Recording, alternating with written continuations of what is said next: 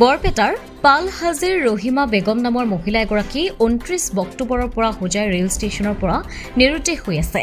বৰপেটা সদৰ থানাত এজাহাৰ দাখিল কৰা হৈছে ইতিমধ্যে আৰু বৰপেটাৰ পালহাজিৰ ৰহিমা বেগম নামৰ মহিলাগৰাকী যোৱা 29 অক্টোবৰৰ পৰা দুপৰীয়া 12 বজাৰ পৰা আচলতে হোজাই ৰেল ষ্টেচনৰ পৰা নিৰুদ্দেশ হৈ আছে। 28 অক্টোবৰত পুত্ৰক চিজাৰুদ্দিন আজমল দাৰুল হাদিত মাদ্ৰাছত থবলৈ গৈছিল। পুত্ৰক মাদ্ৰাছত থৈ 29 অক্টোবৰ বৰপেটালৈ আহিবলৈ হোজাই ৰেল ষ্টেচনলৈ যায় আৰু তাৰ পাছৰ পৰাই 52 বছৰীয়া ৰহিমা বেগম নিৰুদ্দেশ হৈ আছে বুলি জানিব পৰা গৈছে।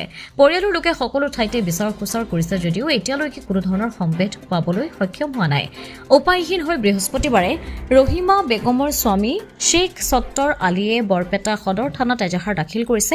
কোনো সদাশয় লোকে মহিলাগৰাকীৰ সম্ভেদ পালে স্ক্ৰীণত প্ৰত্যক্ষ কৰা নম্বৰত যোগাযোগ কৰিবলৈ এতিয়া পৰিয়ালৰ লোকসকলে বিনম্ৰতাৰে আহ্বান জনাইছে। মোৰ নাম শ্বেখ সত্তৰ আলী, মোৰ ঘৰ পালহাজি, জিলা বৰপেটা, অসম। মোৰ ঘৈণীয়েকটো 28 তাৰিখত হোজাইলৈ যায়।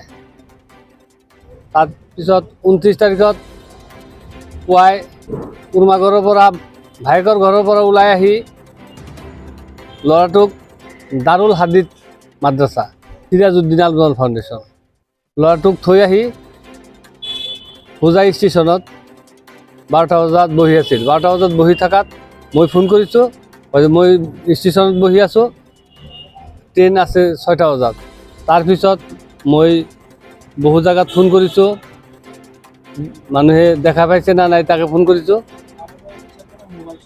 12টাৰ পিছৰ পৰা মোবাইল চুইচ অফ হৈ আছে। গতিকে আমি বৰপেটা থানাত এজাহাৰ দিছোঁ, এতিয়ালৈকে কোনো সম্ভেদ পোৱা নাই।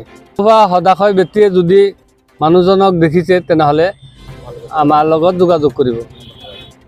9395924979। মহিলাগৰাকীৰ নাম আছিল ৰহিমা বেগম। বৰপেটাৰ পৰা ৰাজকুমাৰ দাসৰ ৰিপৰ্ট, অমৃত নিউজ 24/7।